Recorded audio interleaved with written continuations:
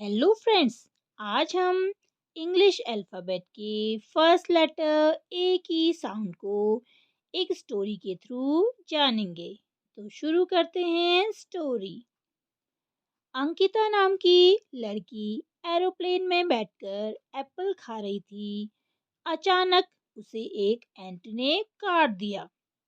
उसे एंट ने एंकल में काटा। उसकी चीख निकली, एह एह एह। तो लेटर ए की साउंड होती है ए ए ए। सो लेटर ए सेज ए ए ए और अ अ अ। अब हम देखते हैं इस स्टोरी में लेटर ए से शुरू होने वाले कौन कौन से वर्ड्स आए।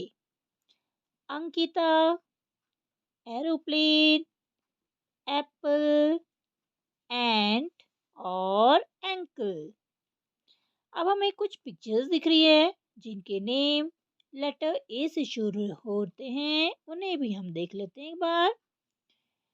APPLE Apple, AEROPLANE aeroplane, ARROW arrow, ANKLE ankle, ANT एंट और AXE एक्स।